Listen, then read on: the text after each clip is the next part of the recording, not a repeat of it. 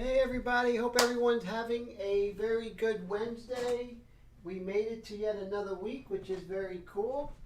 And this is part 3 of painting the airbrush painting portrait with emotion in India ink and airbrush. So let's see. So far it looks like we don't have anyone here. It's all good. But gives me time to go ahead and set up YouTube. So let's see right here. I have the cat here. Hey John, how's it going? How are you, my friend? Let me let the cat out. I don't think the cat wants to be here. Go ahead. Go. Okay. How you feeling today, John? Good to see you. So this is, of course, part 3. Start getting more into detail. Maybe get a little bit darker with the light mixture, not yet with the medium mixture. Oh, glad to hear you're doing well, my friend. Let's see, I just have to go to my library here very quickly. My videos. There we are. We are live, so that's very good to see. Let's make sure I'm on mute.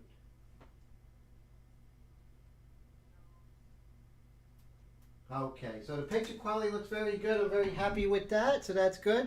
Hey Willie, how are you today, my friend? How you feeling? Good to see you.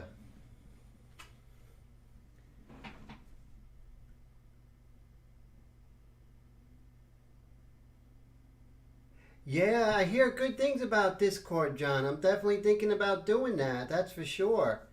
Hey Wendy, how are you? How's everything going? Good to see you. So glad you're here. So we have a nice little group right now, so that's cool. So what I'm going to do is just continue working on... oh, so you used Discord yesterday. Very cool.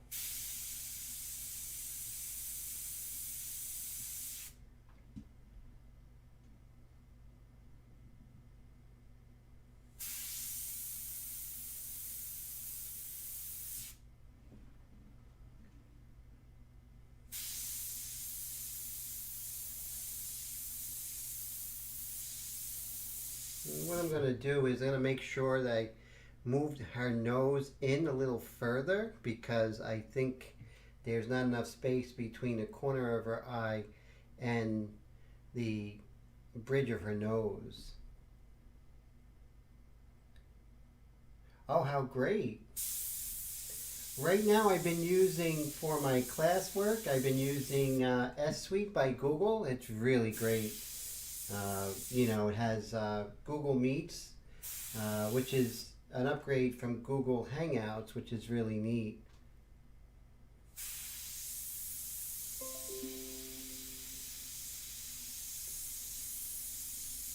It's amazing what modern technology is this day and age, right? Everything is just really fantastic.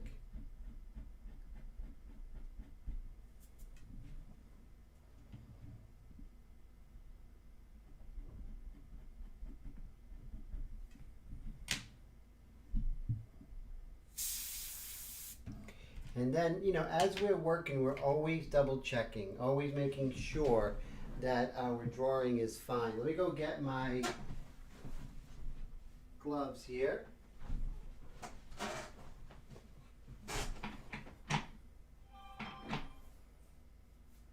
You never want to touch the surface with your fingers because it'll bring you to the point of no return.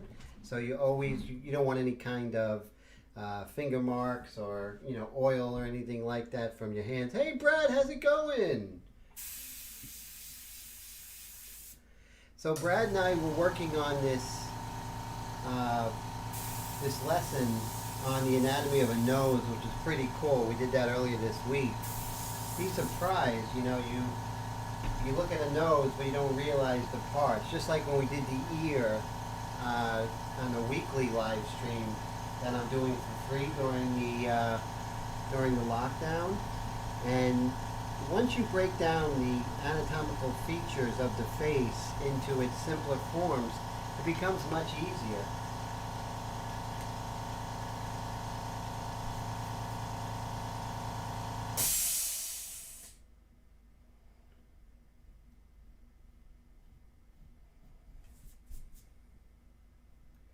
And what I also am training myself, and I'm still training myself, so let's say you're working and you're not getting the likeness that you want. That's all right. Don't try and get the likeness too early. There's bigger problems to work on, such as the lights and darks, establishing values and value relationships. Work on that and continue with that process rather than try and get it to look the way you want it to at this stage. It's very premature, but it's very natural to want it to look good early. But we have to really control our urge to do that.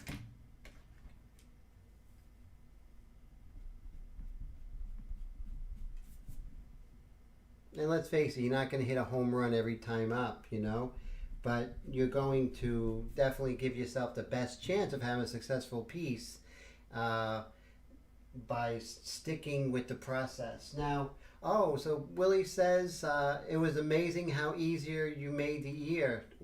I'll tell you, yes, once you know about those 5 or 6 anatomical landmarks of the ear, it really is so simple now. I did an ear not too long ago, and hey Stephen, how you doing? Mr. Leahy, good to see you. How are you, my friend? Yeah, I did an ear just recently, just yesterday, and just going over the anatomical elements of the ear being fresh with, the helix, the antihelix, and, all the tragus, all those things. I was able to draw that ear 1, 2, 3.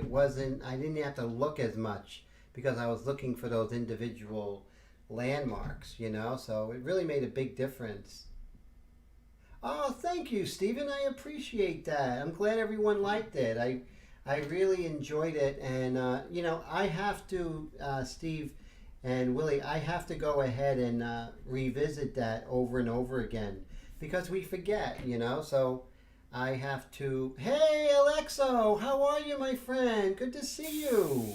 Como vai você? Here's something I found on the web. According to blogspot.com. Good luck, my good friend. So my Alexa just went off, my Amazon, because I said Alexo. So Wendy says I need to go back and see the ear video. It's still on. Yes, it's still on. I'm not sure about that. It's still on my YouTube channel and also on Facebook, Wendy. It was really cool.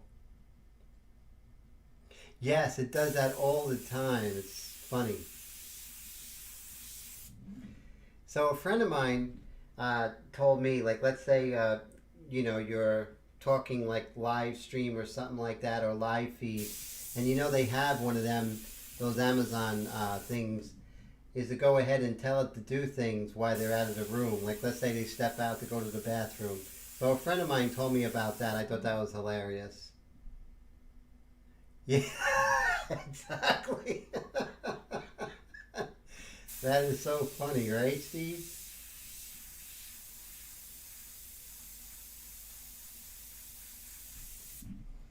And so what I'm trying to do right now is just to create a tonal structure and also see if there's any discrepancies in the drawing.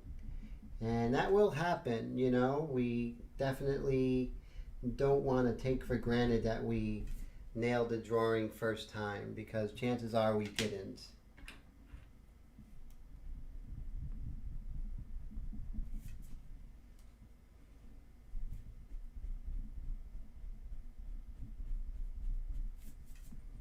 So Steve, I didn't catch your last live stream. What are you working on, sir? You guys have to see Steve's live streams. They're really great.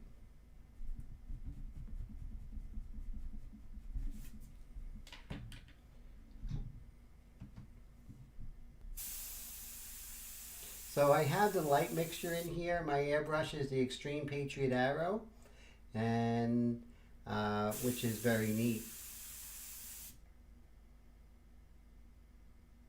Oh yeah, I was showing Brad how I use Krita to scan I scan my artwork and then I superimpose it onto Krita, with the image, so this way I'll be able to see if there's any discrepancies in the work. And that's something that I'll be rolling out later down the line, of how to use digital art to make your art better, and almost to be like your own art teacher. We don't always see things as easily, but with the advent of digital programs, we can scan where we are. So let's say after I'm done today, I can scan this image and then put it in my Critter program, have it side by side by the reference image, and I can really see where I may be off. And what it does, it really just keeps me honest. So that's a very good thing.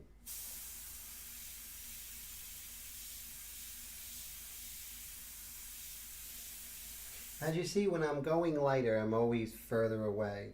And that's what you always have to do. You always have to keep your distance. Remember, distance controls the airbrush. So always remember that. So Steve says he has a new cityscape this week. Boston today, looks like Chicago. Wow. So you did Boston today? What time was it?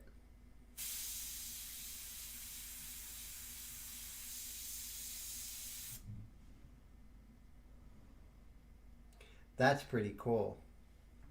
Boston, one of my favorite cities in the world.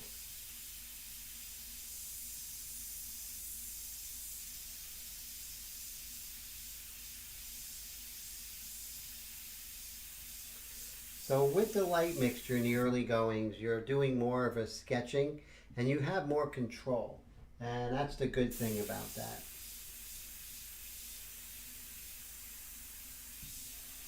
And I'm not thinking about individual hair or anything like that. All I'm thinking about is large masses. As if I just squint my eyes and look at the photograph, and then I can see, okay, it's darker here because I squint my eyes.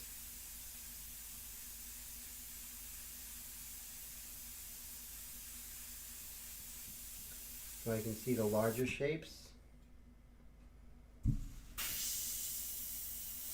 Now here's something, if you look at this now, you'll see I'm pressing down on the airbrush, and you can see that I'm getting some medium out of there. So when that happens, is usually a little clog over here. So what I'll do is I'll take the airbrush and I'll loosen the chucking nut over here. Let me get the right angle. So you loosen this chucking nut here. And then what I'm going to do is I'm going to press down on the trigger, and I'm just going to pull out the, spray it away from me, of course, and I'm just going to, see that? And hopefully that will solve the problem. Now it could be that the nozzle has a little bit of ink in there, and that's something I'll do a deep cleaning, but that's rare. But now let's go back to this here, and we'll see if, okay, and I'm pretty sure this situation is resolved. Yeah, so you see when I don't pull back, there's no ink coming out. So that's definitely what you want to do. So something simple like that, you don't usually have to take it apart, but it's good to just to have that knowledge and you know, the low-hanging fruit of what it might be. Always go for the least invasive of the troubleshooting, especially when you're in the middle of a painting like this. But sometimes, you know, you have to go deep in there, and one of my students actually this week had to go in with their custom micron and actually go inside the airbrush and found some dried paint in there. So sometimes it's not the easy thing, that's for sure.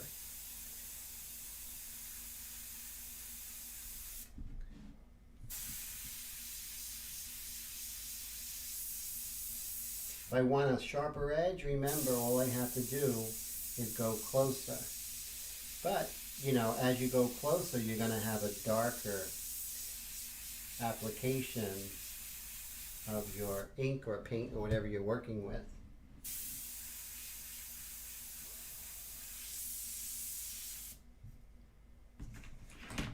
So I have my, thank goodness, I have my freehand shield today.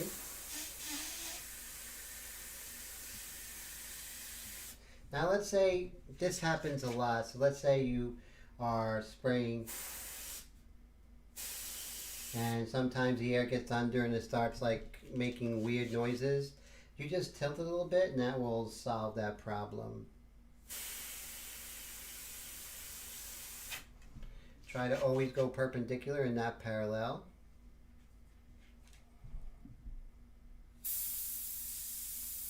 I'm going to stay away from too much detail at this stage.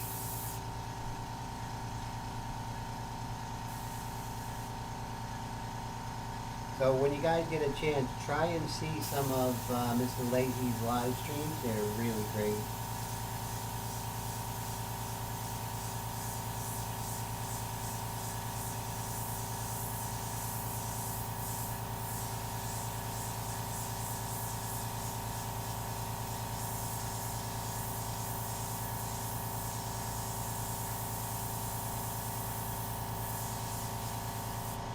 Now in the early going, when you, hey Mike, good to see you. How are you, my friend? So glad you're here. In the beginning of the live streams, we're working with the light mixture, so things are not going to be as smooth. They're going to look a little bit on the rough side. That's because you're doing your initial layers of ink and you're also working in the light mixture, and you're usually far away. So things are a little more uneven, maybe blotchy in the beginning, but that's okay. That's by design.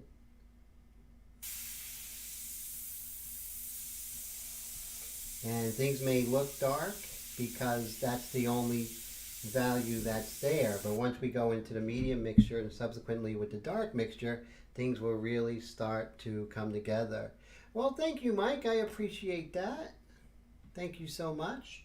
Even in the early going, I'm going to let that dry, and I could see that maybe I was a little overzealous with the application here. So I can just go ahead and use my mono zero eraser and maybe just calm down some of the darks that I see. And you would think that the teeth are darker than the lips, but the lips are actually much lighter than the teeth as far as the bottom lip goes. So definitely always look and don't get caught up with teeth are supposed to be white and lips are supposed to be darker, that sort of thing. Really just look at values, and that's going to help you and go a long way.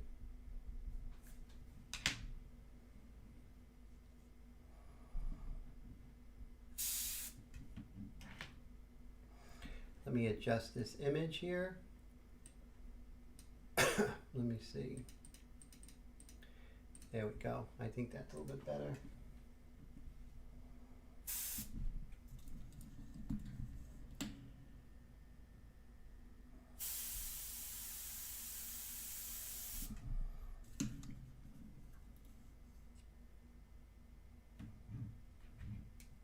So on this YouTube channel, I will be doing the Airbrush India inks, and I'm also going to be incorporating pastels, as well as incorporating some really cool things such as digital art. So this is going to be, so some people might say like, oh, you're doing digital art, that's not what I like. But hear me out.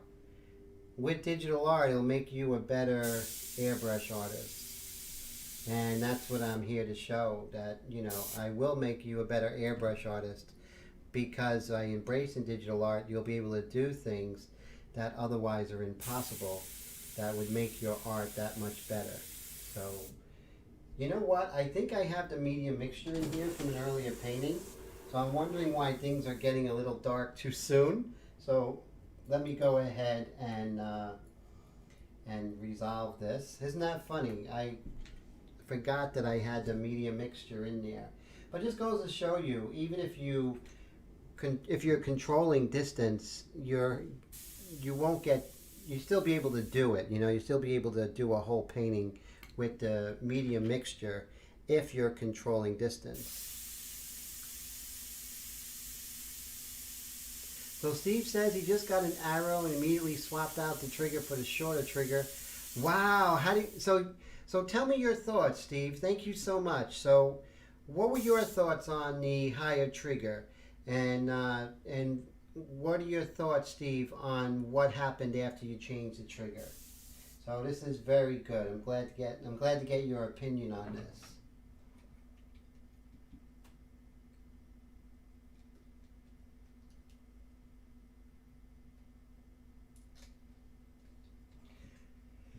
Oh, and Wendy, how have you been feeling? I know you haven't been feeling well last couple of days. Are you feeling better, I hope? So now I have the light mixture in here, and I'm going to have a much easier time. So yeah, it was really funny. I was having a little bit of a struggle. You know, things weren't, they were coming out a little too dark, as you've seen yourself. And I was like, this doesn't feel right. And it's just ironic.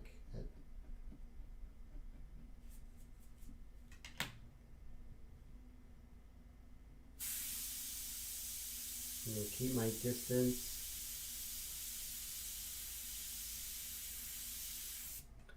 There we go.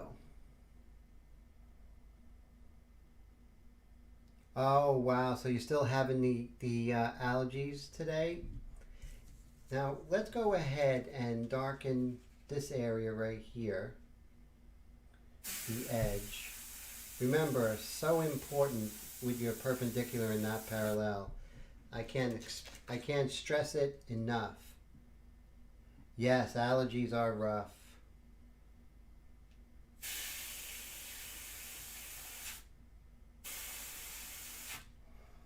So pretty cool. Steve says he's been using the standard trigger since he started airbrushing. So while I appreciate the theory of the longer fulcrum, it felt weird. Yeah, I actually blew out a piece of artwork that I was, that was a commission, and I was like, that's it, and I changed out the trigger immediately. Like you say, it's a really good concept and everything, but for those of us who have been airbrushing with a normal trigger height, it just was, why would you want to get used to something at this point, right, Steve? Now, Steve, did you get the Extreme Patriot Arrow or just the Extreme Patriot 105 with the larger cup? Looking at your work, I would think you would want the smaller cup, but that's just me.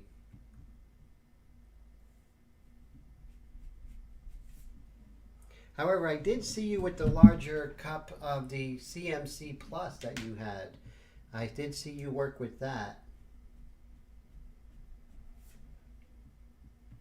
See, as I'm going, it's much easier to make little adjustments as you're going than to get emotional and say, hey, the mount doesn't look right, I gotta fix the mount. No, that's the wrong way to go. Just take your time. You'll get there. When you get there, whether it's 5 hours, 6 hours, 10 hours, it doesn't matter. You'll get there when you get there. If you have a really bad deadline, then I tell you this: make sure you don't take on commissions that you don't have enough time for. So never an excuse to rush through a painting. And I know business is business, but no, you have to steer your client to go with the direction of what will make it the best painting possible. How much time do you need? So you see, little by little, we're making those changes that are going to help you to get the likeness, but you're not caring about the likeness too much.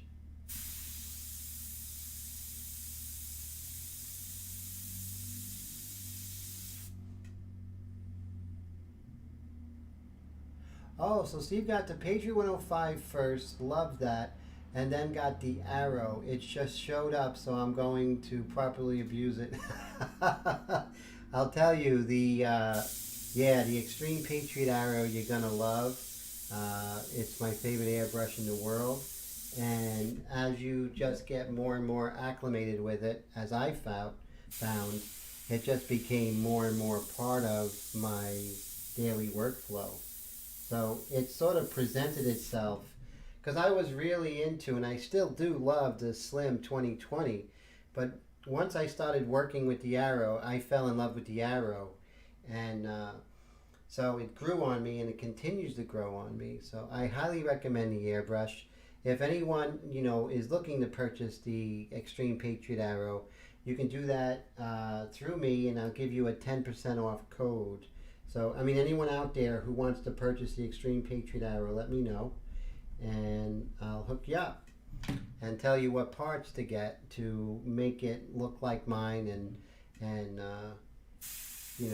take that to its highest level. So who was out there was at Ken's now Badger, and I think Badger Company, the Facebook page. Ken actually has a weekend like live stream, which is really fantastic, and he was talking about the different nozzles, and it was just fantastic. Hey Luis, how you doing, my friend? Hi, so good to see ya.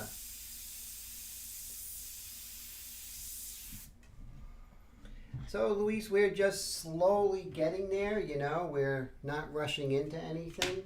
I think it's time now, to start getting rid of some of those pencil lines. Remember when we talked about pencil lines, sort of like when you're a kid or your kid's learning how to ride a bike, you have the training wheels. But once they have an idea of how to ride the bike, you just sort of take the training wheels off.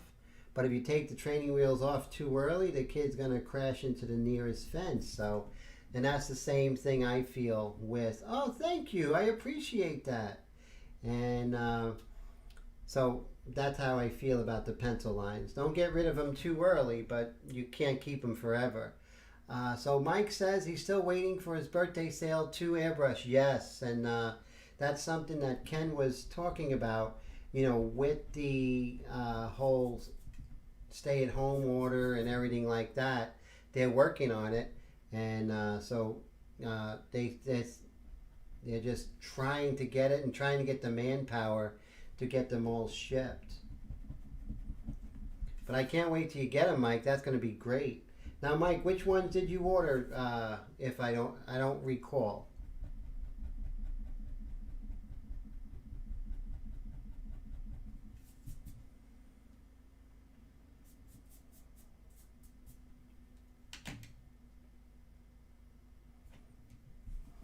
So, well, I take my reference and I will blow up the reference so I can see. Oh, Willie says she looks like I did it in pencil. Oh, thank you. I appreciate that. Yeah, the light mixture often has that, has that sort of graphite feel.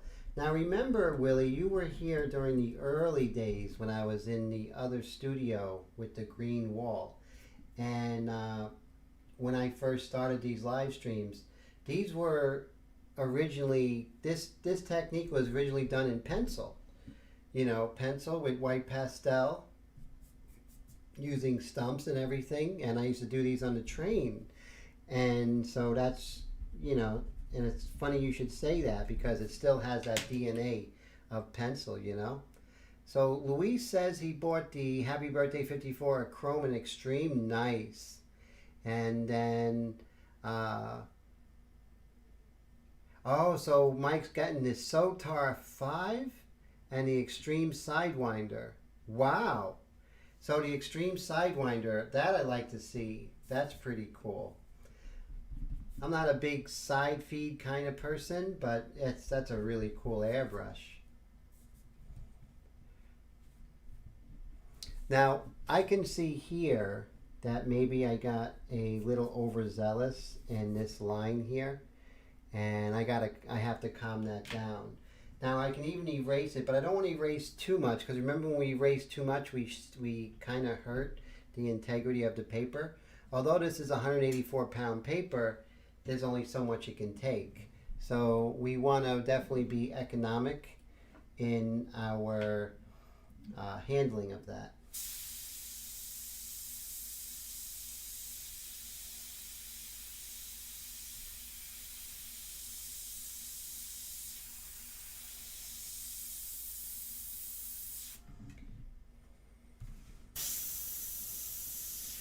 Okay.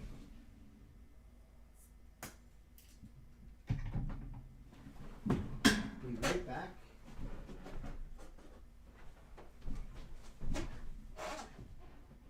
Oy. Okay.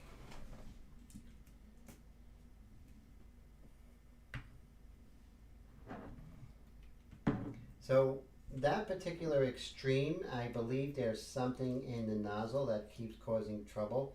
So I'm just going to pull out the other extreme here. Just be one moment, guys.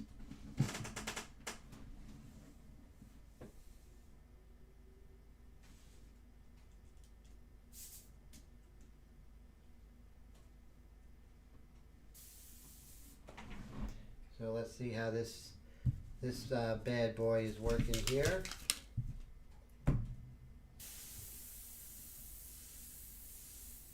Beautiful.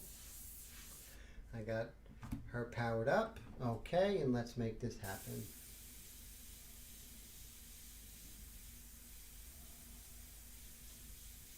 Now, the most important thing is the subtlety of it, especially in a portrait with soft lighting such as this, you know?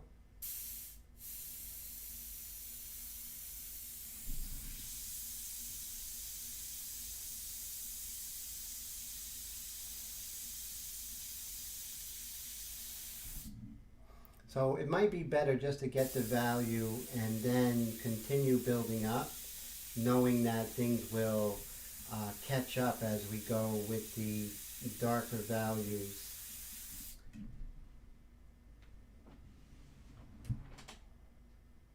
And so Louise says, I think Badger won't sell. I think Badger won't sell the Sidewinder. It was removed from U.S. Really? That's fascinating. So Steve, do you know anything about that? About the Sidewinder? Because I never heard anything about that. So that's pretty interesting. Okay, Steve. So thank you so much. I hope you have a great night. And so I definitely have to catch one of your live streams. They're fantastic, and I'm going to see if I can catch one that's already been recorded, because I really love your work you do is just amazing.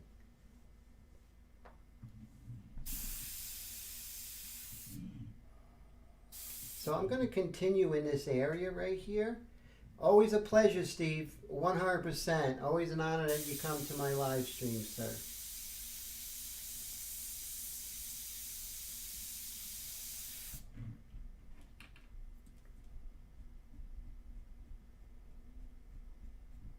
Now, all of this is going to seem very dark, but it really is very light, you know?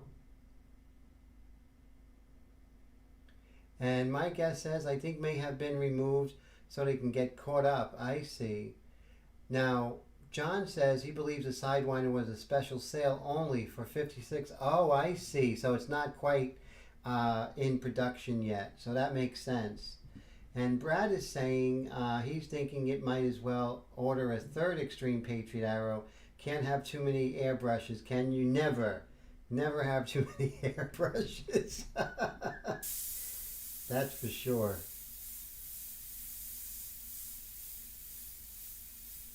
Well, you see how, one was not 100%. I was able to just go ahead and change it with another one, and it didn't affect my paint day. So that's a very good thing about having more than one airbrush.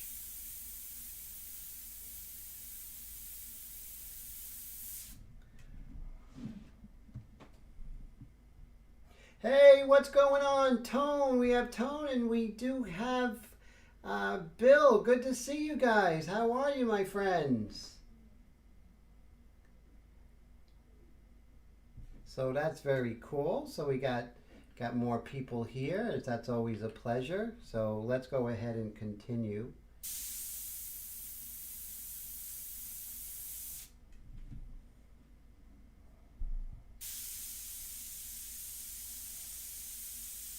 So if things seem uneven, that's okay. Like I said, we're still in the very early going of everything.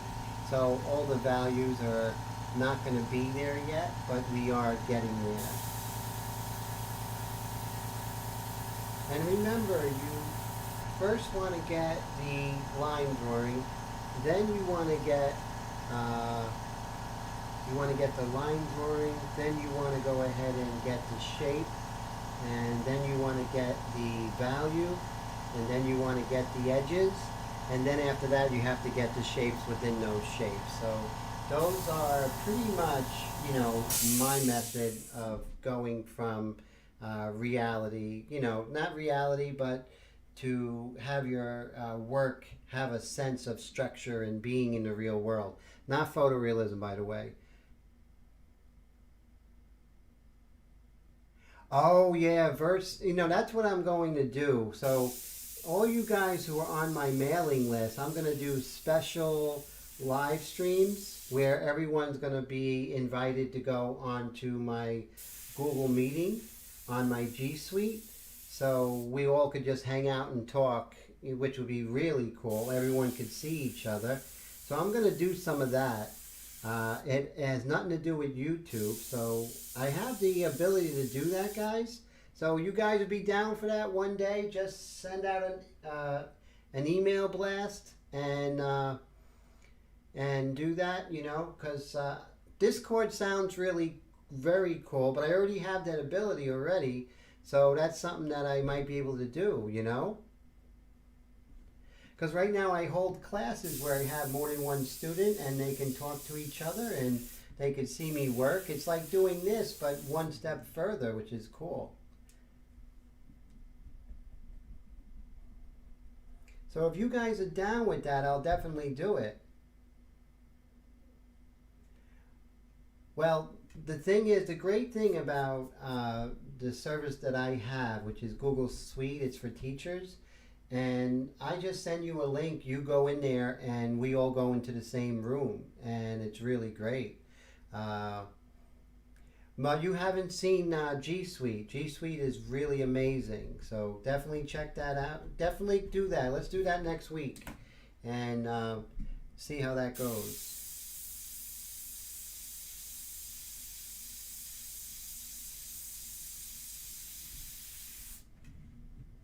Yeah, G Suite is $12 a month, which isn't bad. But it's not just the meeting capability that you have, but you also have the ability 250 students. You also have the ability to have presentations. You have the light board, the scheduling. It's really so great. So, are you using G Suite?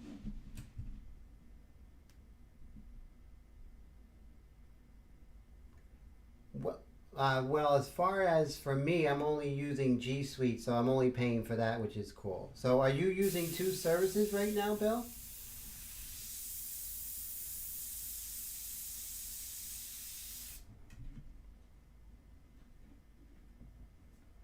Yeah, the email list is really cool because this way, if you start something like that, your people will definitely know.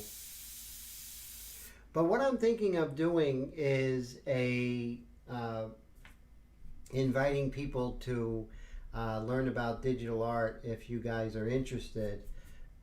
I'm going to be doing a setup for Krita, and then hopefully down the line I want to do some Procreate, and really in how it applies to how Procreate actually applies to airbrush artists. Now everything's geared for airbrush art. So I think you guys will find that interesting. So tell me about Discord. Now Discord is similar with video chat, is that correct? Oh, thinking of buying freehand stencils. So what I love this one right here. It's called the pinup. Now there's a large pinup and that's pretty cool. Let me show you. This is the baby of the big one.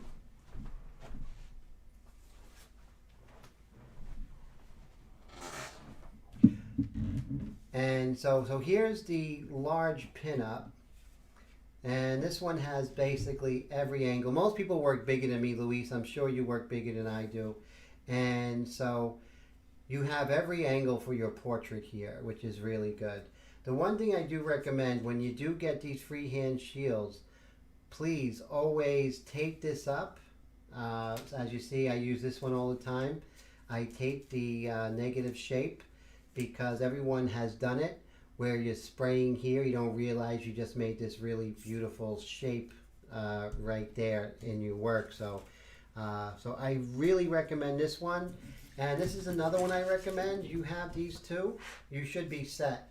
You don't need more than these two, which is the Freehand Super Shield FX-6 SP by Art Tool, and then the Freehand Pinup Shield.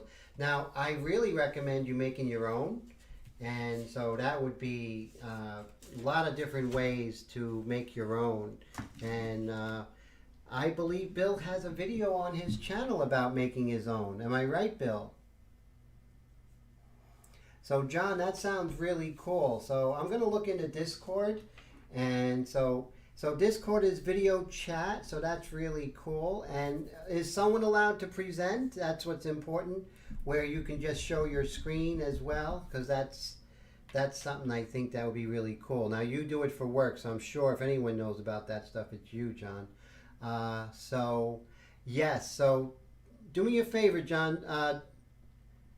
Oh, great. Text, video, pasting pictures. Very cool. That's very exciting.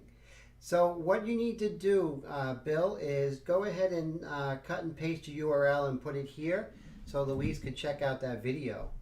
And let's see, Wendy says you can open a server and contact everyone. My son was telling me stuff I didn't understand.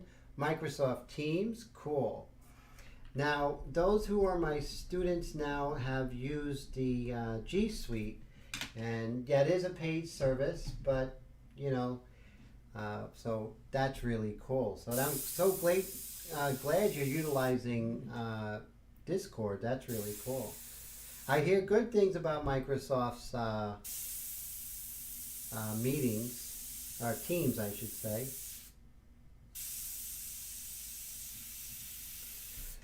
Always squint your eyes and ask yourself when you're painting a portrait, you know, where do I see more contrast or things standing out too much?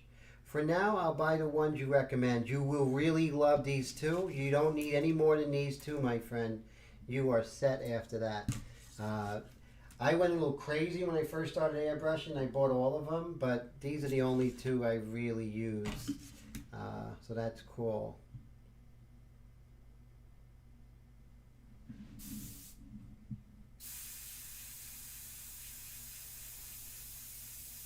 So my go-to one is this one's about 6 inches tall, and it's the pinup, and I use it all the time. It's perfect if you're working small like me, Luis.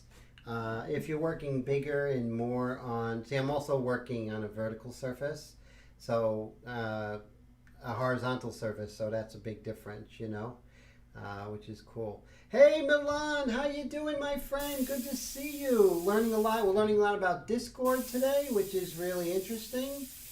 So that's cool.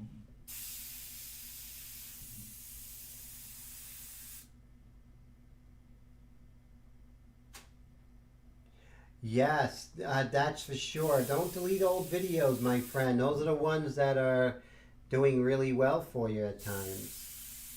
And you don't know why, right? They just picked up, you know? That happens. So right here you can see that things get a little bit fuzzy right under the lip there. And those are different things that, you know, right now you'll say to yourself, it doesn't look like her, it doesn't look like her, you get nervous, but as you develop the painting, it'll come out, you know? So Brad says he made one of those small ones, just sandwiched the plastic between 2 wafers of 1/8 Baltic birch plywood. Very cool. Then cut them out in a scroll saw. Yeah, well, you know, Brad is a master carpenter. He's amazing. So, you know, he does everything with wood that we do with Mylar. So that's really cool. 40 views this month, 400 views this month. That's very cool. Ah, well, thank you. So you talked to Ken. So thank you, Milan. I appreciate that. So Ken from Badger had nice things to say about me. Well, that's good to hear. Ken's a great guy, and I'll tell you, that's really turned my airbrush around when I started hanging out with Ken, So just unbelievable, how much he supports me as an artist, as an airbrush artist, and how he believes in his artists. And, anyone can go to him with a problem and he'll take care of you. So I don't see that in other companies. So that's why, I'm just such a Badger guy. So it's just brand loyalty, really. Loyalty, and also the fact is that, the product really, speaks for itself. So, Mike says, Tim, what do you think about the Drew Blair skin stencils? I think they're great for what they are. Would I use them? No. I think they're good for people who are starting out who cannot control the airbrush. However, I feel that once you have control, so let's say if I want to have an edge, so let's say like right here, but I want it to be, a little broken up, I can do that freehand. I don't need that. If I want a super hard edge, then I have a freehand shield for that, for the super hard edge. But for something that has a little broken up texture, then I could do that with the freehand shield. But that kind of thing comes with time. Now, skin doing pores, I think it's great. I think it's very good for the early going of artists, and I think that's important. I think of all of Drew's stuff, it's really great for the development of your airbrushing.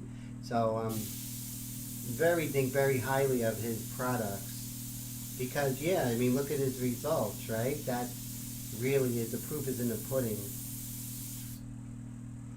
And I think they're great, but I think they're great, and I think the artist should eventually not rely on them and really look and get those,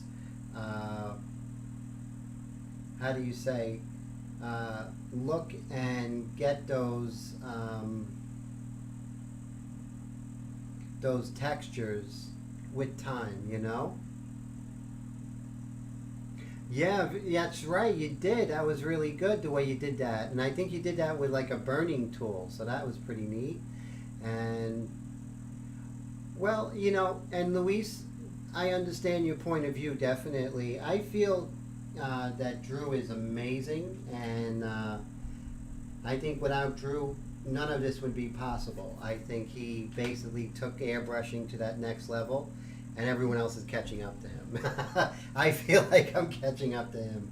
So I really think that if I was like a beginning airbrush artist, or if I wasn't, a painter for many years, I would definitely be using his stencils. So definitely will take your work to that next level. But eventually my thinking is you want to move away from that in the future. So that's just my opinion. Yeah, his stuff is always the highest quality, right? I have to say, Drew's stuff is, always, and you know what? He uses it, so it's not like Drew. See, you're getting stuff that works with Drew, right? You're not getting stuff that, someone else developed them. No, he developed them over the years. And I remember, when Airbrush Action Magazine was out, and just seeing his paintings when they would come out every couple of months, and you would be like, wow, this guy is superhuman, right? I mean, the work he does is just unbelievable. Big fan of Drew Blair. And I think he's a great teacher too. We all have different things we want to learn, right? So what you're going to learn from Drew would be different than what you would learn from Corey St. Clair or what you would learn from me. So it's all about what you're looking for. Gerald Mendez, incredible stuff, you know, and he has some really good freehand shields and stencils, and it's all like what you want to say with your work, right? What direction are you going? You know, who are your favorite artists? Who do you want to emulate? And I mean, just the idea of using Frisket film. I mean, Drew Blair took that to the next level. Without Drew, I wouldn't be using Frisket film the way I do today, and I wouldn't be getting the realism that I would have today. You know. So in Airbrush, I think I would still probably be working in pastel. But people like, yes, all of them are great. Yes, definitely. And yes, a bunch of sewing needles. That's interesting. So with paper, that's a pretty cool idea. And Maria Osterly, she does some really great teaching, you know, like someone who wants to learn in that fashion, they're not going to be very happy with my method of teaching. It's just totally different, you know. Mine's more of the art school approach, you know, the traditional classical approach from the National Academy, the Art Students League, National Academy. So my method of teaching is more of a traditional, you're going to get there when you get there. Now, Drew and Marissa, you end up having this massive, beautifully rendered piece right from the class. And I can't give you that. So that's definitely different. So I remember when I was at the National Academy School of Fine Arts, and we would be able to pick which artists we wanted to study from. And there was all realism, they were all going in the same direction, all the teachers. But there was a lot of different teachers. There was one who was, you know, super classical realistic, you know, like almost like out of 19th century France. There was another teacher who was more expressive, using contours and complementary colors and being more expressive that way. So there was all these different artists, and everything was the right direction, but it was where you fit as a student, and that's the teacher you ended up with. So I think the same thing in the airbrush world. It's really, you know, what you feel yourself enjoying, or feel yourself buying into, or investing yourself, I should say, not buying into.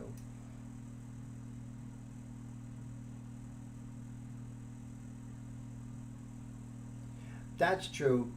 It's true. The classes are days long, so that's true. And so that helps to come away with that really beautiful piece of artwork. So I appreciate that, Bill. I think it's important for me, like if someone wanted to study with Tim, and I'm not pushing my classes in any way, but if someone wanted to study with me, it's more of the long haul. It's more of, you know, I'm going to learn from the beginning about light and shade. I'm going to learn about anatomy. I'm going to learn about viscosity of paint and all of those things. So, and you're going to have less of less tight reins on you. More of it's going to be you doing stuff that's on your own, you know?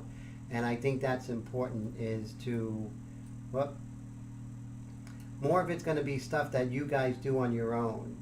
And that's what I want, you know, sort of a direction. Wow, so you have ADD. Me too, and I have that as well. And I think ADD is rough for an artist, but it can work for you. And I do see it works for you, Bill, because I do see that you do a lot of different genres. And so you keep your YouTube's class really fresh. And I think that's why it's so successful, because there's always something different, but still within the same guidelines of the genre that you're teaching. So I think it works to your advantage. My ADD, how it works for me is that I have a hard time multitasking. I almost need to be laser focused in one area, otherwise I get overwhelmed.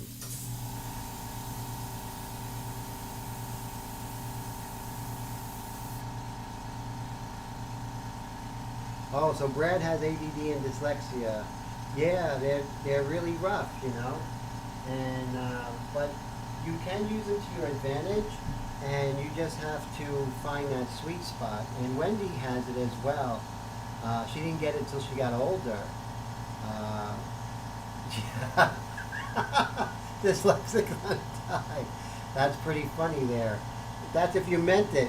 That's what you meant, Brad. If you didn't mean to say untie, then I'm laughing at you and I apologize.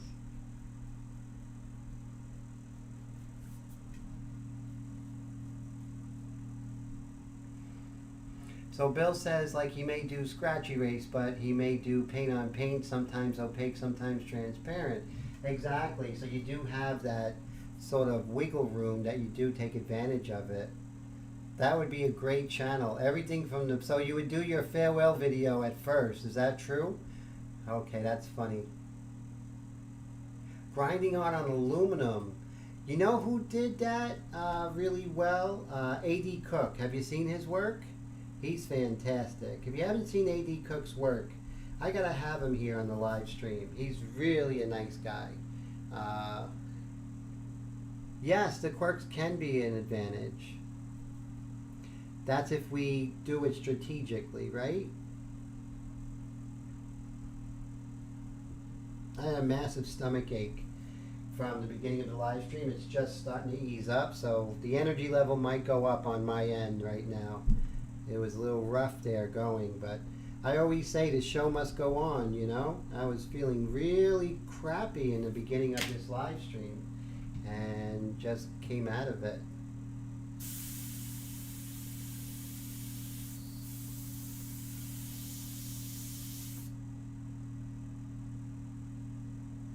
Yeah, Gerald does a lot. Yeah, that's true. Very true.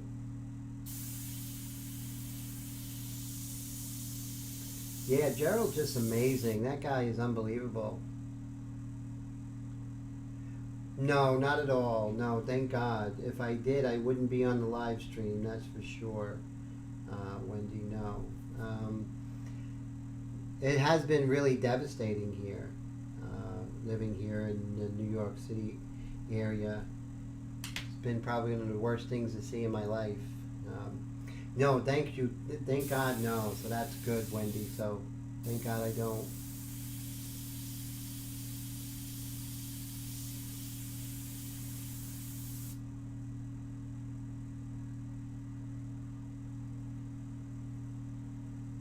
Wow. So Gerald really learned in early going how to bring it all together, you know?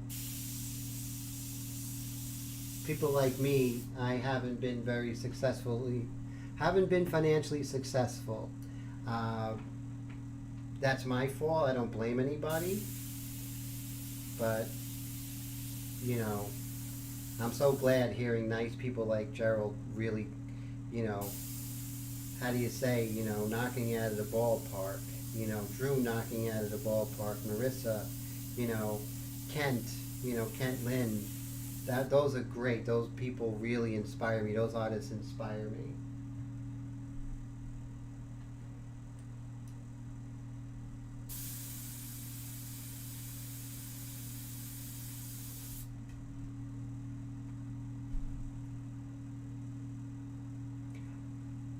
Now that's a good question. So Willie says, is it getting better in the New York City area? Getting better in the sense that new cases are on a decline, and also new hospitalizations and ventilators, people on ventilators are on a decline.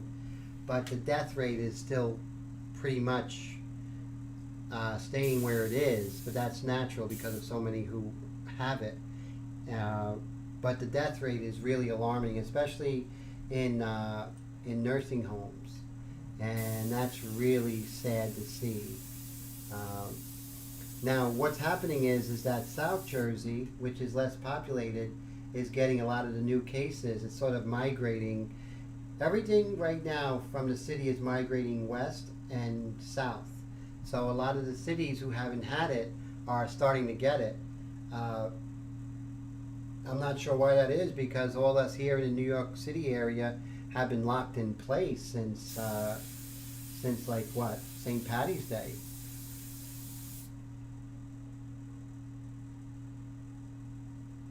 Yeah, that's the great thing about Gerald. He's just incredibly successful and incredibly down to earth, and that's so great about him. So yes, it's up for Disney, and well, yeah. I mean, there's so much to compliment all of you guys. Everyone who is here, I'm just so honored to meet, and you guys are all celebrities to me, and the same is with great people like Gerald and everything. They're the torchbearers. Those are the guys who kept it going for us to arrive, right? And so that's really cool. And Brad says success is a mindset and we define our own. Very true. And I think success is a daily thing, right? What am I doing today? And am I successful today? And if we break it down into a daily thing, then it's not this like esoteric sort of thing that only, so many people achieve. We can achieve it right now. Like right now I'm doing a live stream talking to incredible people and sharing my art. So I think that's very successful for today. And if I were to look back at my life when I was 15, I think I would say yes to having this, Maybe a couple of Latinas on both sides would have been better. But at 15, I would have been like, okay, this is, a good, successful thing, Yeah, that's so cool. So as you see, I'm going really slow here, guys, but that's okay, I'm going to increase my distance because I want it to be lighter than this. So I'm not going to decrease how much I pull back on the trigger. That's not going to get me to where I need to go. And I'm just going to pull back. Van Gogh, as successful as his life, I don't feel that he was successful in his life because I've read so many biographies of him, Brad. Brad asked if Van Gogh was successful. I think as an artist he was extremely successful. But as a person, I don't think he was successful. I think he was lonely and sad, and he had a lot of things he was dealing with, and he just didn't catch a break, man. The poor guy didn't catch a break. His break was his great relationship with his brother Theo, who supported him both financially, artistically. And you look at Van Gogh, and everyone says the guy who cut his ear off. But Van Gogh was incredibly intelligent, incredibly well read. He read books on Isaac Newton and his theories, Shakespeare, all the great books he knew about. The man was a genius. And the man was incredibly successful. But successful as an artist and as a thinker. But I think his life was really sad and lonely. And like I said, he just didn't get a break, Of course, I wasn't there to see the whole thing, but I know if he got a break,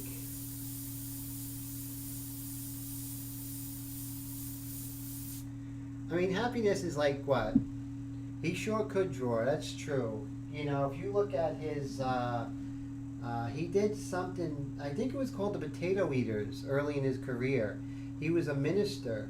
A Protestant minister, and he would go to the homes of the families working in the field, and he would actually go there and do these paintings of their lives. And this one painting called the Potato Eaters, you wouldn't think it was his. It was an early piece, all very browns and dark sepias and browns, and it's just really fantastic. And I think financially, I I think it's really important to get your work out there. Now, I think as artists, your job is to get as many people to see your work as possible. That's your job, not just the easel, not just doing commissions. Your job is to get exposure. And I think now a lot of people say to me, well, I just want to do it for myself and that's it, and that's fine. But you have to think of the people who you can inspire. The young woman, the young man who doesn't think they can do it, but they relate to you and they say, wow, look at Brad. He can do it. I'm like Brad. I want to do it. Or Wendy, someone who is similar background and temperament as Wendy, and says, wow, look at that. Wendy did that. You know what? I'm going to try it because she's inspiring me. And that's what we want to do, Bill. It's not just, for our own edification to have people see the work, but it's who will see the work, who will be inspired. So as an artist there, I feel Van Gogh wasn't successful in his lifetime. So, like I said, I can't judge him, but could he have gotten his work more out there? Yes. Should he have? Yes. Why? Not just for the fact that, it's good for his career, but it's good for people who will be inspired, And so, Bill says they look at him and say, wow, look at, you are by far not a stupid plumber and can figure this out. Should be easy. But I think somebody with your temperament, who is, the other Bills of the world, really cool guys, who are, who do masculine work and, just a really nice guy you want to be a friend with. I think people of the same temperament, Bill, are going to see that, and they're going to be like, you know what, I'm going to try this. I'm going to go ahead and do this. So I think it's great that you're getting your work out there because you are letting people know. It's like, wow, I can relate to Bill. I can do this because I can see Bill's doing this. It's not just some guy from art school or whatever, it's just a regular guy. So I think that's fantastic. So get your work out there, even if it's just, putting it in a library show. Have you guys ever did a library show? Let's hear out there who's done a library show. And your local library always sponsors art shows of local artists where you can be featured for a month or two. It's really a great experience just to get your feet wet. Now, is anyone interested in that? Because I do have information about that.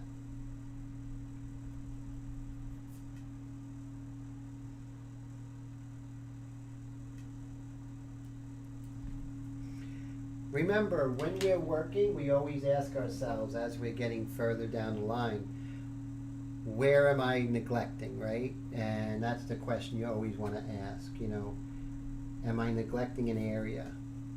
Okay, so here's the library show.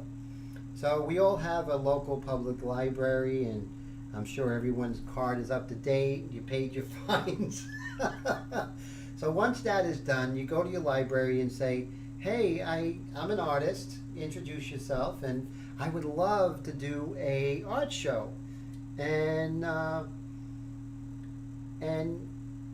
you just ask to speak to the library director, and they will go ahead and give you a date, and then you go ahead and you make sure your work is framed, make sure that it's able to be fit in whatever display they have.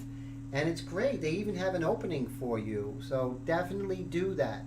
So I want everyone's goal, once social distancing and everything goes, for maybe the remainder of 2020 to have at least to inquire. Everyone who inquires about that, I want to know. So that would be really inspiring if you guys all inquire at least. And Bill says, reminds me, we need to frame some stuff and get it out of the house. Yes, get it out of the house.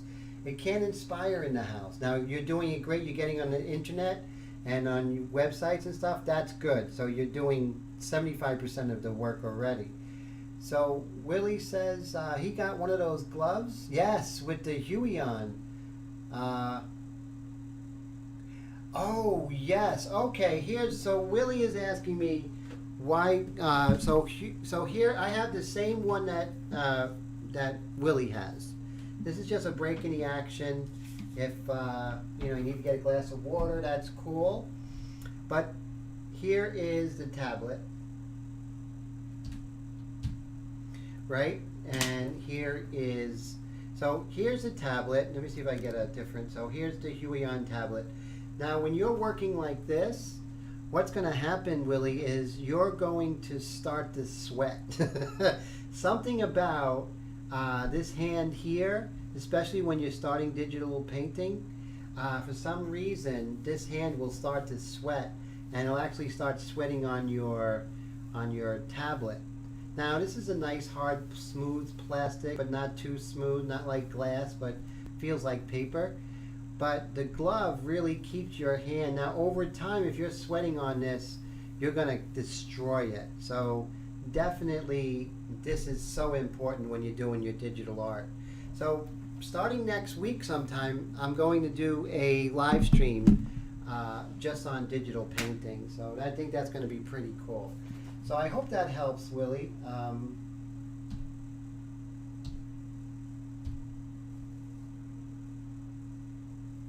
So yeah, I mean, when I first looked at it, I'm like, that's cool. But when I understood, I was like, holy cow, that's really great. So I don't have any sponsor today. So this is going to be my sponsor. So let's see. So just a break in the action. So this is my website, paintedglyphs.com. And here you can see the different programs I have. So I have this new program. If you just pay $25 a month, you'll see that it is, you can attend my classroom using my G Suite, which is really fantastic, $25 a week. With $25 a week, you get a one-on-one class each week, and you could schedule that. And also there's a 1-hour group class of all my students together, which is really fantastic. Not only that, if you're working on a project independently, you will get a video critique of the artwork, and all of that for $25 a week, which is really fantastic. So highly recommend that. So if you have any questions, just email paintedglyphs@gmail.com. Another thing that I do is intense online airbrush workshops. Now this is pretty cool. It's 18 hours of intense one-on-one training. We work on a project together from start to finish. Several of you out there have already taken this workshop. It's on your hours, and we work around your schedule. I'm a full-time artist, so if you're in the UK, you're in the East Coast, West Coast, we can do it in times that you're awake. It's not like you have to do it at 3 in the morning. So that's pretty cool. Also comes with a free set of my India inks, Airbrush India inks. So those are some really fantastic things. So, and then also my Airbrush India inks. Let's see. So my Airbrush India inks right here, they're $16.95. You get 2 light mixtures, a medium mixture, and a dark mixture. And that's really great. That's what I use for all of these live streams. You're going to get less clog, less tip dry. You're going to have more control of your airbrush than you ever had in your life. So that's really cool. So thank you for allowing me to go ahead and go through this. So let's see.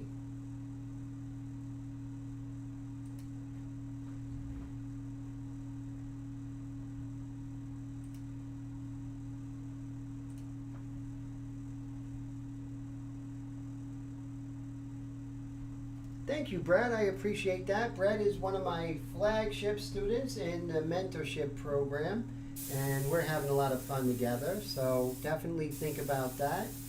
So yeah, sometimes you'll have a sponsorship of another company who will sponsor your videos, but when no one is sponsoring your videos, you're your own sponsor. So that's basically, how that goes, guys. So let's go ahead and check and see where we are. Let's check and see where we can.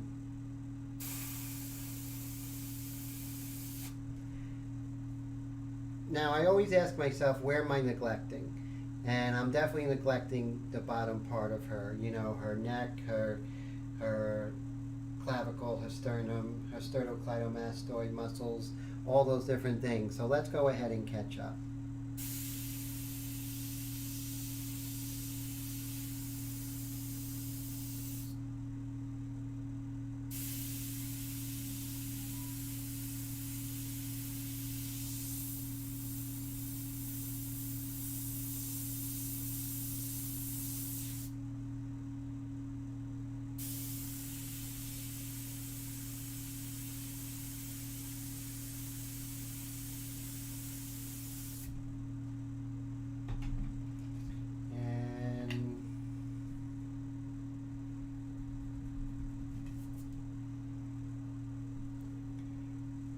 So what I'm going to do is I'm going to make sure I'm looking for the large shapes. But when I'm looking for the large shapes, I don't want to go too dark because we're still in the light mixture. Now the great thing about the light mixture, it keeps you from going too dark too early.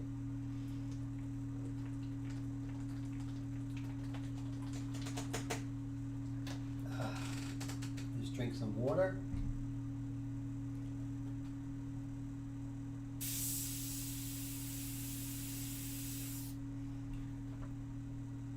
Now the great thing, Wendy asked the question, when does the mentorship start? Whenever you begin. So that's the great thing. It's not like, there's a matriculation or whatever. Whenever you're ready.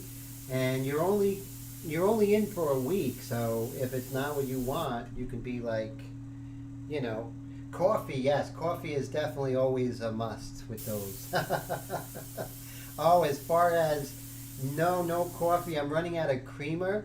So I have to be very, how do you say, I have to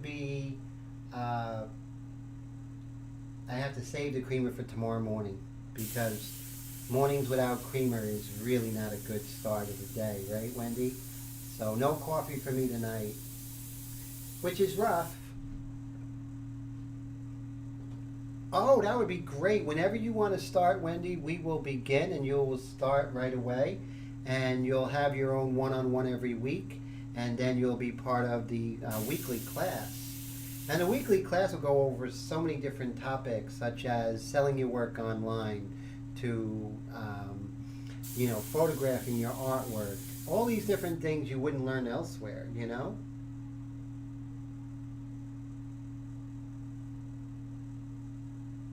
Oh, great. So you ordered some creamer. Oh, you've been drinking it without creamer. Oh, that's just wrong. That's not good. That's like un-American, right? That's not good.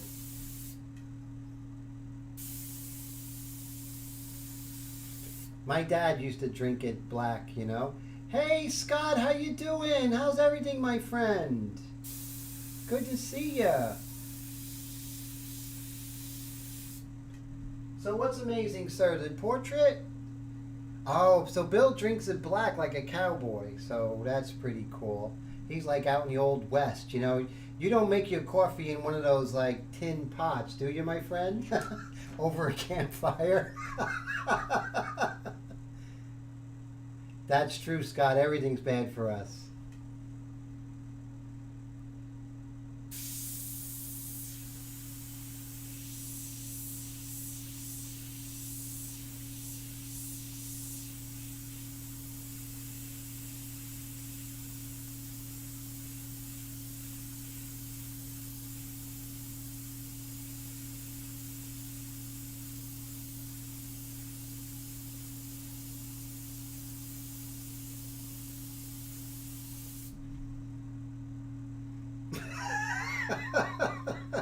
Wendy says black lucky soul, Bill.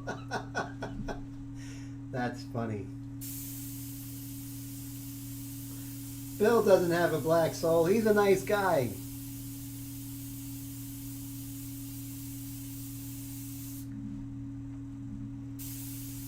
Now, I still want to make sure that I'm not going to use some Frisket in the early going, but I want to keep this really dark, dark edge here. Not dark edge, but hard edge. So I'm going to use my freehand shield.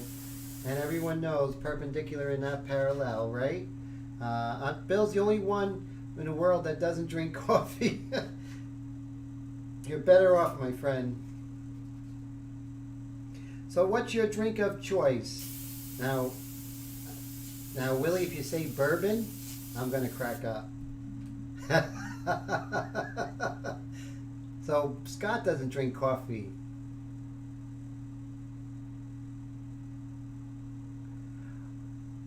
Oh, the Ferminator. That's funny. Oh, wow. So you had a tough customer, Bill? Is that correct?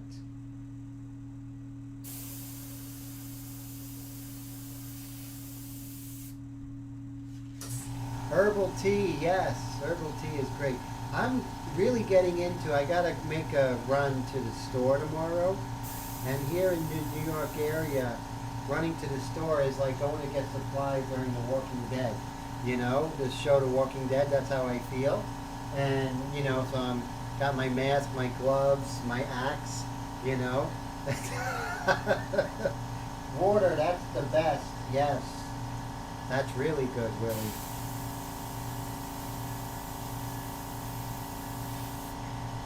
I was hoping Willie wouldn't say something like cognac, you know. I'm like, oh my God.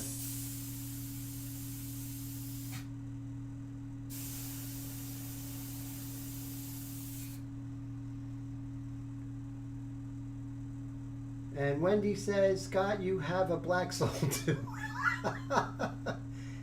Bill says he's been painting for the public for 2 years, and in that 2 years, he's only had one hard customer before now on Pets Ever. Yeah, because I think it's kind of, unless the pet passed away, and that's really horribly sad. Hey, Scott, man, thanks for coming by. It's great to see you. And I definitely know the battery situation. No worries, my friend. Thanks for coming by and hanging out, man.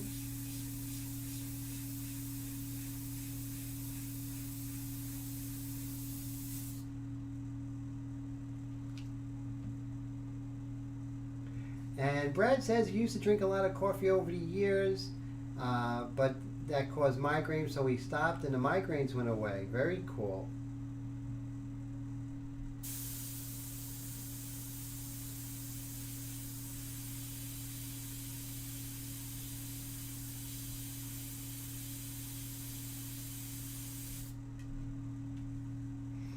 Now, part of me is saying, Tim, lighten this, you know, getting nervous.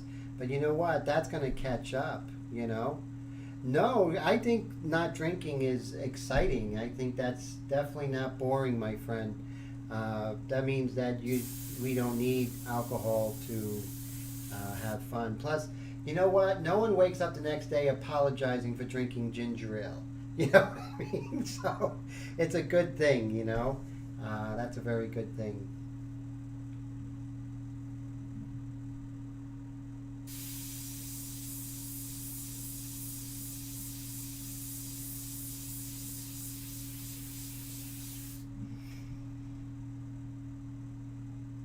Oh yeah, Wendy said that she has a hard time actually becoming intoxicated.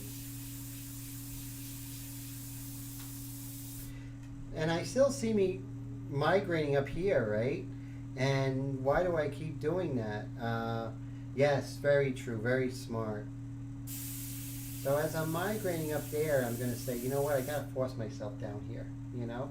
Got to force myself to balance this out. And that's really important. This is all going to look really dark now, but as I darken everything else, that's going to lighten up. So, you know, like me, I'll lighten up once I have coffee tomorrow.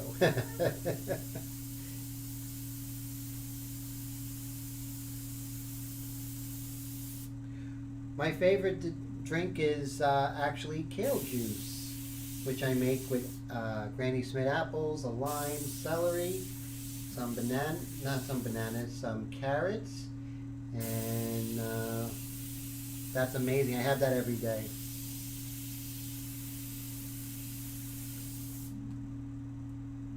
Hey Todd, good to see you. How are you, my friend? All the way from San Diego. How's life out there? Beautiful. Must have beautiful weather today. What is it, like 82 degrees and sunny, I bet, right? I think that has the best weather in the world, right, guys? San Diego.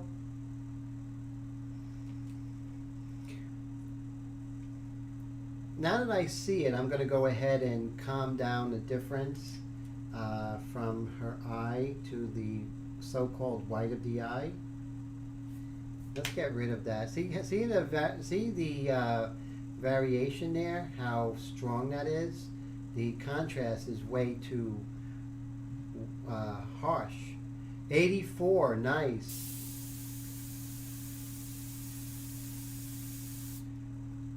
I'm going to calm that down really a lot. And always with that 1 second rule, it's always going to help you. It's always going to do you good.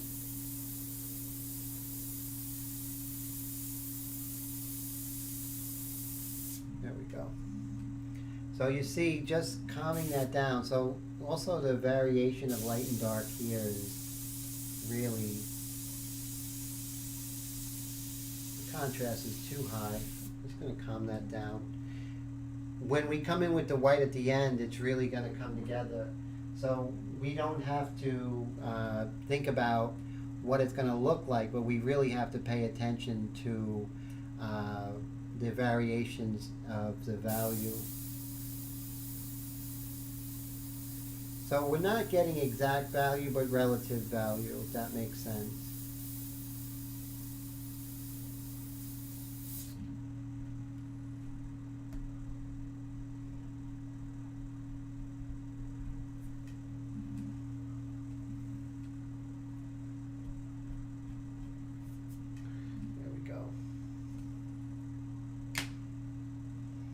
And let's continue working down below here, because we have work to do down here. We want to definitely have a balance. Balance both left to right and top to bottom. And now, not necessarily balance where everything is as important. If you guys see my latest screen painting, I was playing a lot with aperture. Aperture is a photography term of depth of field, and depth of field is where you would have focus in certain areas, like maybe this eye, and then right over here would be lowered focus and that sort of thing. And I think that's something that you want to have, but you still want to bring the work together, have the work sort of develop together. But you can have variations in your sharpness and your contrast. And those are things that you would work out, not now. You don't want to be working that out now, right? You want to be working out the edges and the sharpness and where you want the eye to go. You want to work that out in Photoshop or Krita before you actually start your painting. You know why? Because that separates you from 99.99% of all artists out in the world. They're just taking photographs and repeating the photographs, but you're doing something a little bit more. You're taking those photographs and you're working on them before you even start. Sun Tzu, The Art of War. Every battle is won and lost before it's ever fought. So if you already have a game plan of creating an amazing work of art through variation of edges and sharpness and blur, man, you basically start out, much better. So that's something that I think that I bring to the table as far as teaching art, is that we can take that to the next level, that we're not just repeating what we see, but we're being much more artful in how we depict what we see. I hope that makes sense.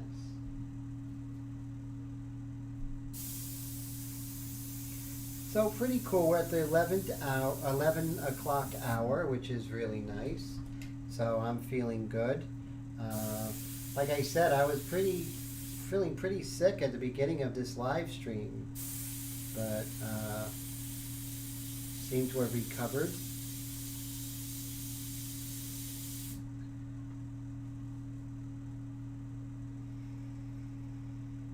And like I always say, who cares about likeness? You know, not in the early stage. That's not your concern. Your concern is definitely keeping your values in line, not creating any kind of contrast or sharpness that isn't there, and bringing that up very slowly. Okay. Now right here we have her clavicle, and what's interesting about her clavicle is that there's a dark edge, a dark line almost at the edge. And what we want to do, we want to do our 1 second rule.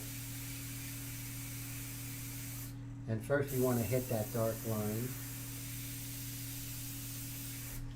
And then after we hit that dark line, we're going to actually make that clavicle turn into space. Remember, the clavicle is the same as the lips, same as the nose, same as the eye. It's affected by the light source in the same way.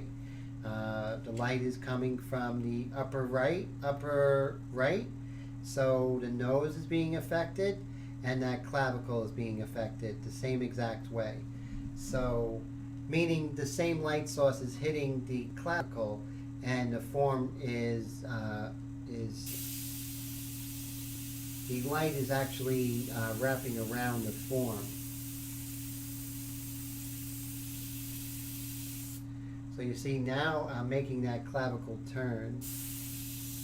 Now what makes the clavicle is not necessarily the value it has, but what is adjacent to it will help the shape. So it's not, so like case in point, right? You see we have the lip, and normal inclination is to go ahead and draw out this lip all the way around, do the outline. But if we look carefully, the outline of the lip is basically the light value of the reflected light that is hitting the upper lip next to the dark value of this part of her fulcrum area. So you see how it's not always the object itself that gives it shape, but what is adjacent to it will help give that shape. See, that's the thing that you learn in my classes, is you learn principles that you come away with doing your own work, whether you're doing something on the computer, you're sketching something, you're doing a portrait, you're basically learning the principles of art that's been handed down from generation to generation. I'm a fine artist. I was taught by fine artists who were then in turn taught by fine artists. If you do a lineage of my teachers, it goes all the way back to, all the way back to like 17th century France, with artists such as Jacques-Louis David, Nicolas Poussin, I mean, you name it, Ingres, it's really cool. So, taking a class with me, you're definitely, now I didn't just go to a couple of classes, I went for 8 years, for better or for worse, right? 8 years of the art school environment. So I learned all those principles, and that's what you would learn with me. So always good to have that option these days, this day and age.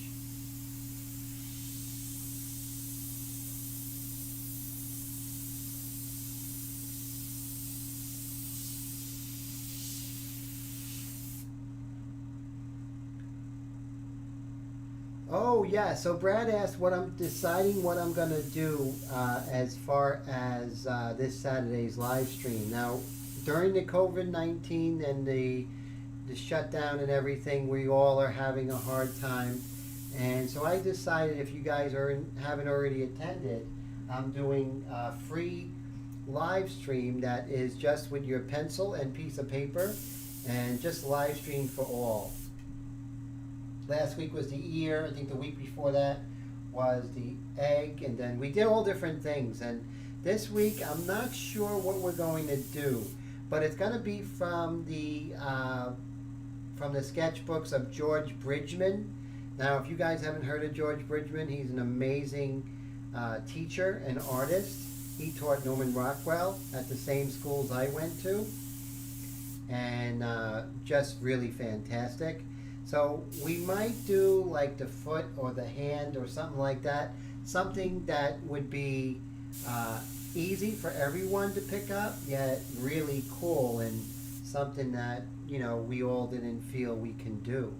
And I'm sure everyone who attended my class on the ear never looks at an ear again the same. I guarantee if you were at my class, you were looking at people's ear the next day. Am I right? Willie, were you looking at someone's ear the next day? Guarantee it.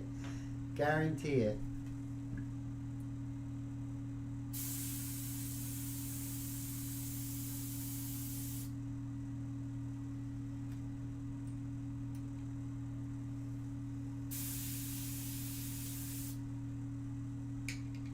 So as you can see, I'm getting a little bit better, and I think now might be the time to go ahead and erase some of the training wheels, so to speak, right? So let's get rid of some of the training wheels.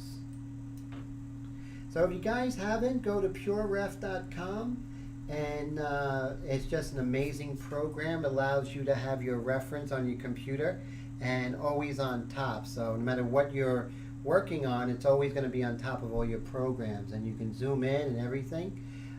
So Wendy's feeling her ear. Yes, you can watch it, Wendy. I hope you watch it. That's cool. So Willie said yes, he did it that night.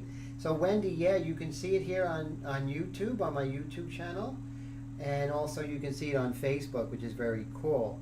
Every 10 airbrush strokes brings her more to life. Thank you. I appreciate that, Mike. Little by little, you know, and it's just I have to have patience, and that's something that I work on, right, Mike? Because I want it to look perfect, and it's not going to look perfect at this stage.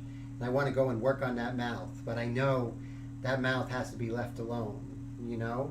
It's just not quite there yet. So I'm going to take my mono eraser, and I'm going to continue, I'm going to get rid of the training wheels.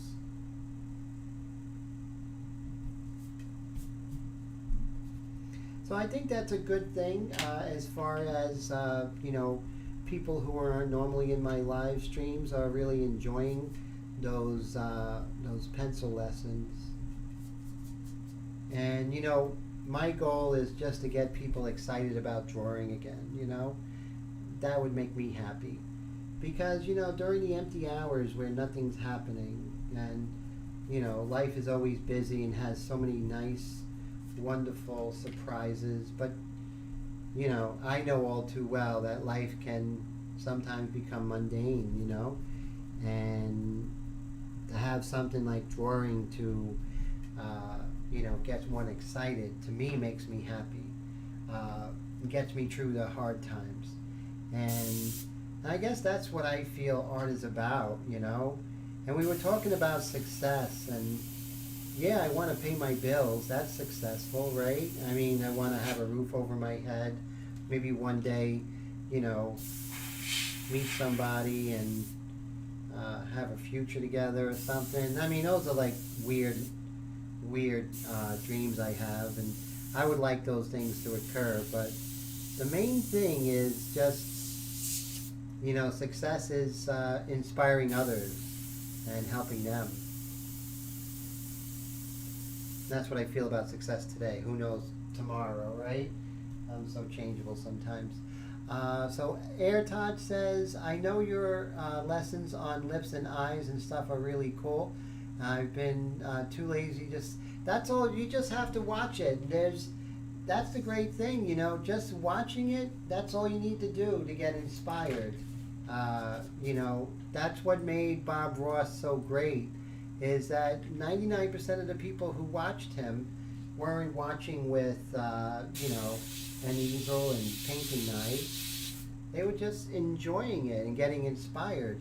Hey, there's Steve. How you doing? Practice, practice, and perseverance. The 3P method will never fail you. That is so true.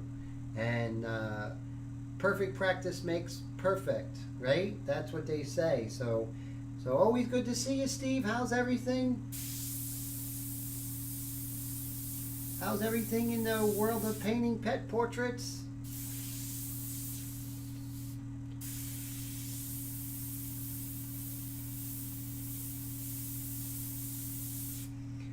So pretty soon we might start coming in with the medium mixture, but we have plenty of time, plenty of time. So that's good to hear, Steve. So very cool.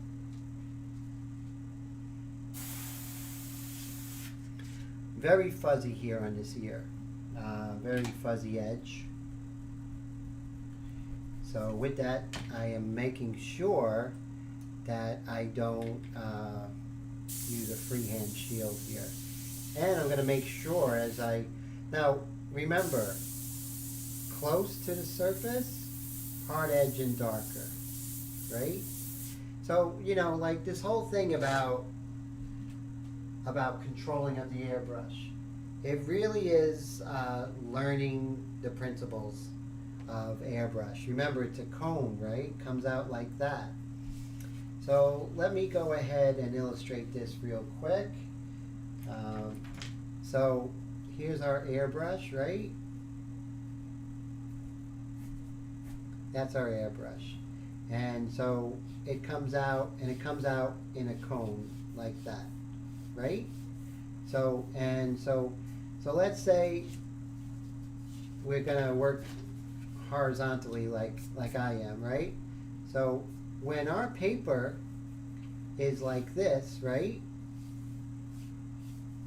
The cone is still very small, so you're going to, it's going to be more intense, right?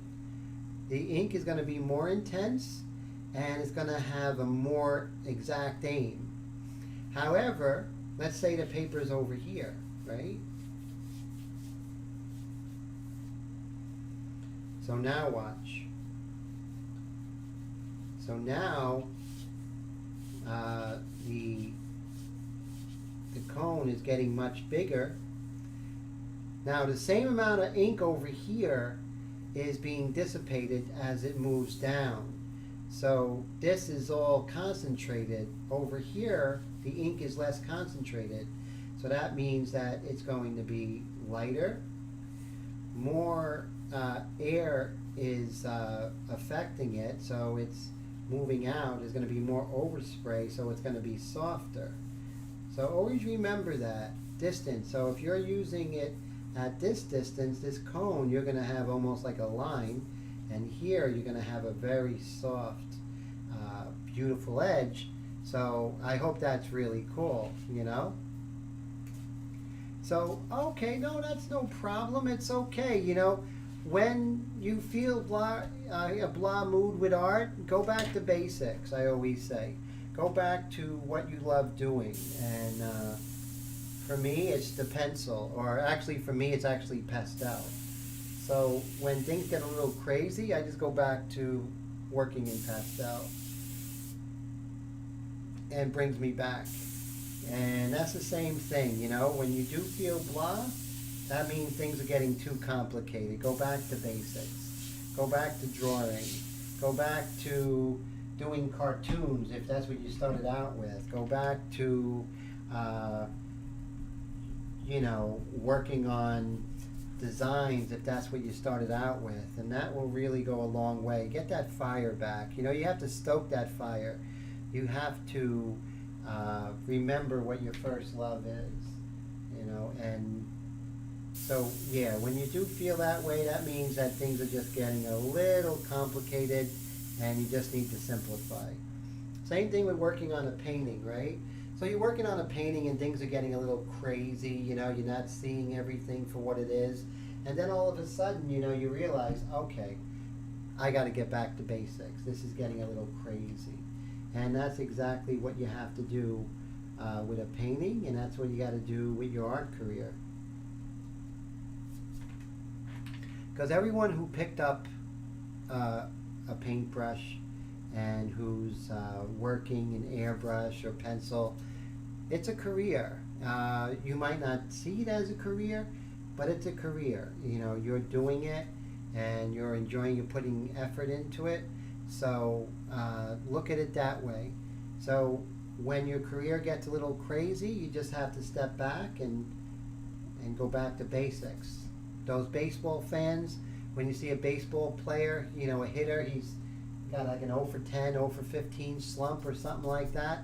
He goes to his pitching, he goes to his hitting coach, and they go back to basics, go back to the beginning. What is it? What are the basic structures of hitting? And that will bring it together. So the same thing, so make sure you do that.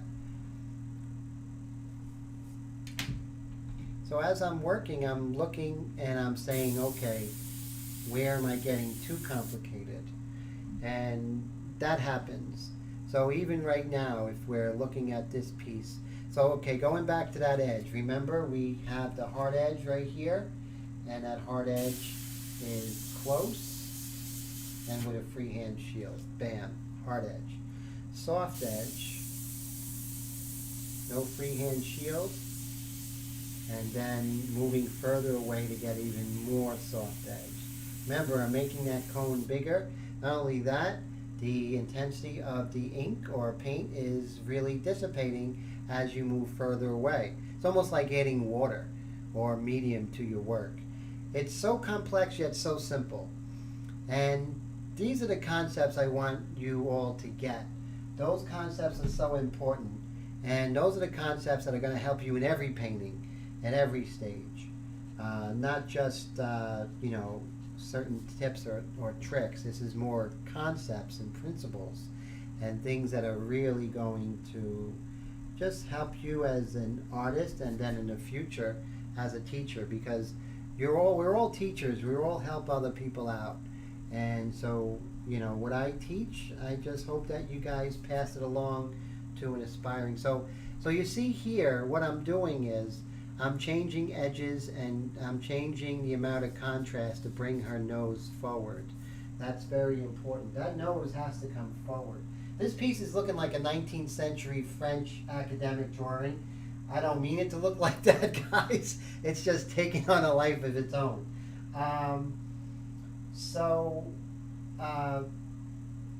That's pretty much, you want to make sure that you work on the contrast between the ball of her nose and the dark that's adjacent to it. Now part of that dark is her nose, part of it is the cast shadow onto the cheek. It's the virus. The French 19th century academic virus.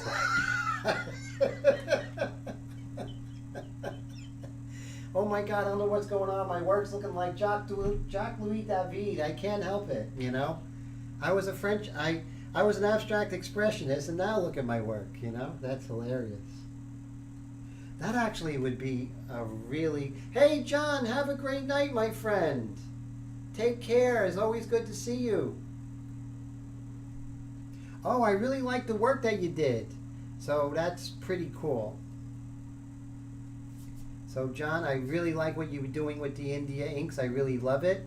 And I forgot to tell you about that. But I did mention it in Instagram.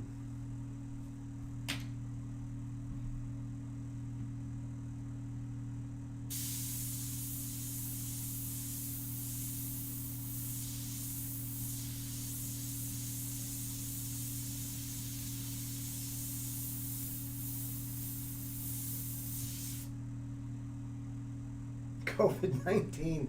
No, thank goodness for that. Okay, so discussing earlier when we were working on the ear in last week's free live stream, free art class. So remember the parts that we were working on. So right here is the anti-helix, and right here is the helix. And of course this is the lobe, And then right here you can't see the tragus. So with that knowledge that we do have, we can definitely work on the helix, which is the outer circular bit of flesh on the ear.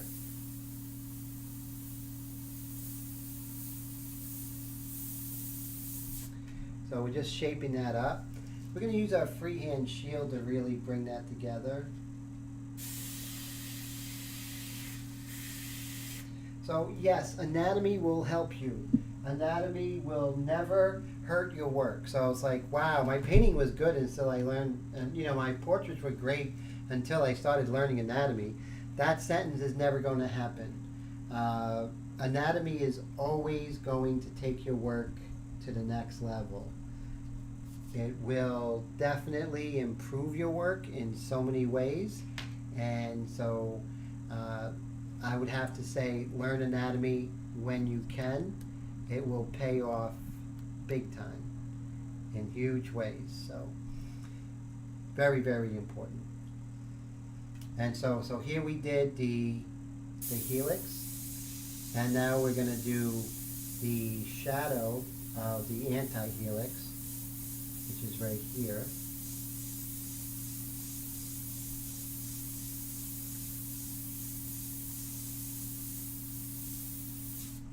So you see the anti-helix is that sort of turn underneath, right? There's almost parallel, but not parallel, because the helix sort of curls all the way in. The anti-helix just keeps going.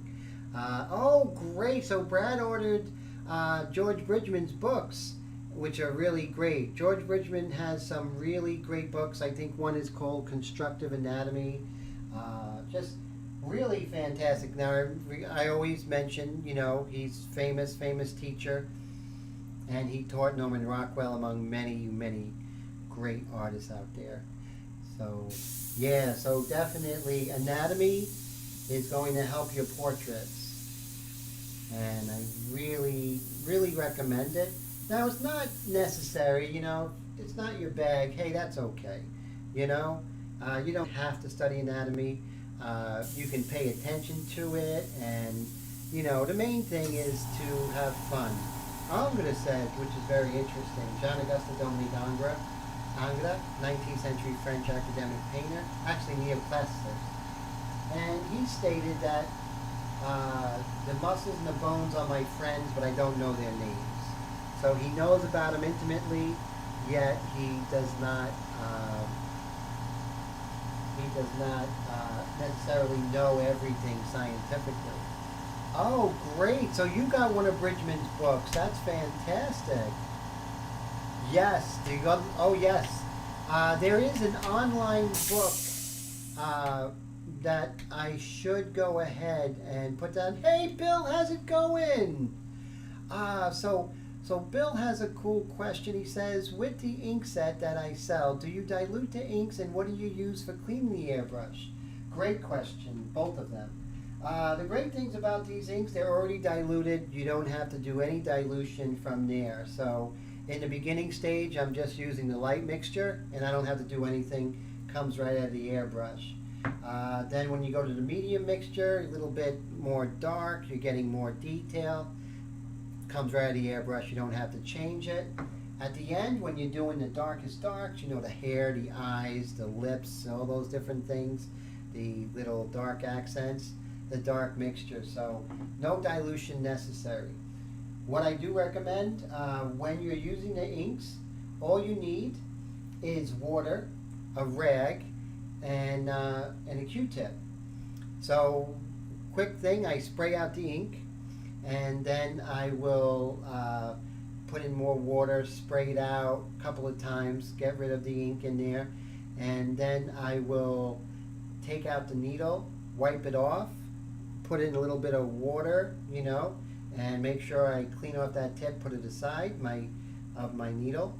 Then what I do is I take a rag, wet it in some water, like a really good paper towel, one that doesn't shred, and wipe out the cup, anything on inside the cup, just with water.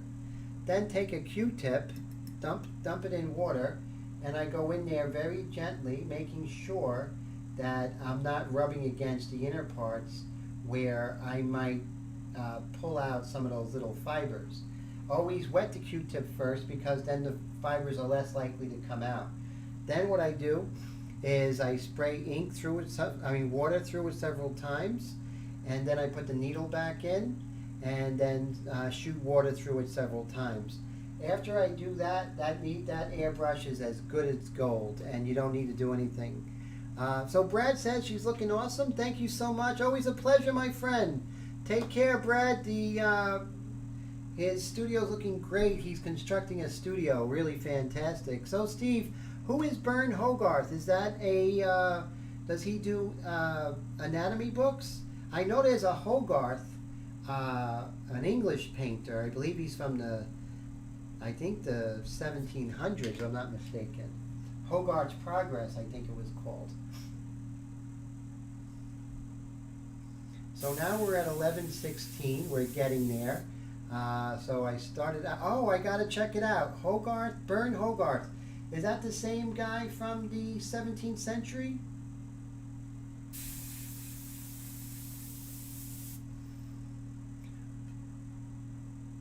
I'm definitely going to check that out, Steve, because your anatomy is on the money. So I'm definitely going to check out that book.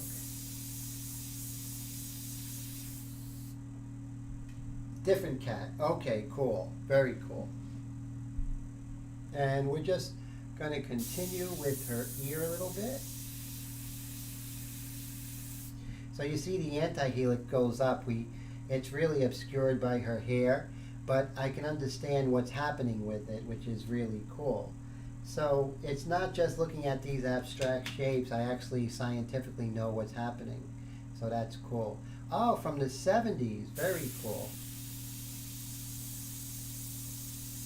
Yeah, I have so many anatomy books. I mean, over the years, just it's so complicated, and it's definitely something that you can really continue going down. I can have conversations with physicians because of the amount of anatomical studies I've done.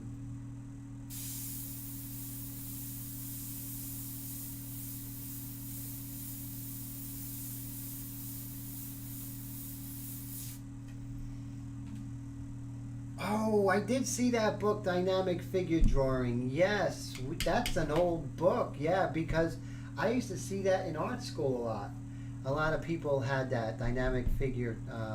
Hey, Willie, thank you so much. Have a great night, my friend, and I will see you Saturday, God willing. And we're going to have a very exciting class. Just bring your pencil, paper, and TP. That's all you need. And a glass of water in case we get thirsty. That's what I did in my one of my pastel videos, where I had all the different things I needed to prepare boards. And I had the gesso, I had the roller, I had the gesso itself, and then I said a glass of water. And that was, in case you got thirsty. So Steve, have a great night, my friend. Thank you so much. And thank you for that reference to dynamic figure drawing. I will revisit that. So that's really great. So we got a lot of great people here. So all very exciting stuff. You guys are all amazing. And so we are at 11:29. And you know what, guys? I always give you 2 full hours. Like those commercials back in the day. 2 hours of commercial-free classic rock. Those were the days, when radio was a thing.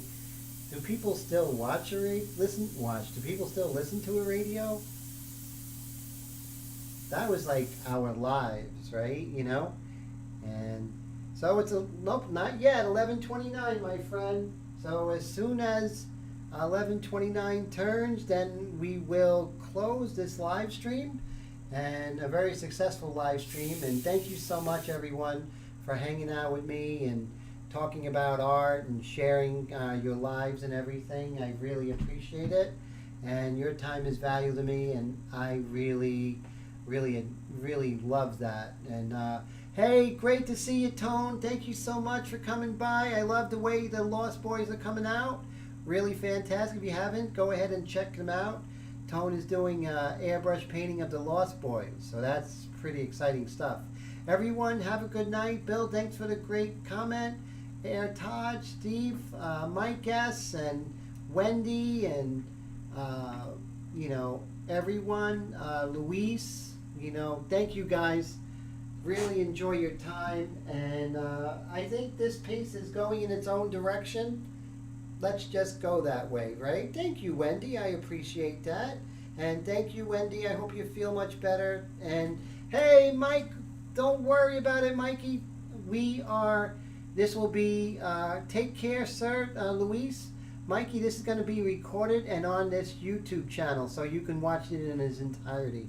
I think just give it maybe about 10 minutes, so that's cool. You can watch it from the beginning. Take care, everybody. Stay safe. And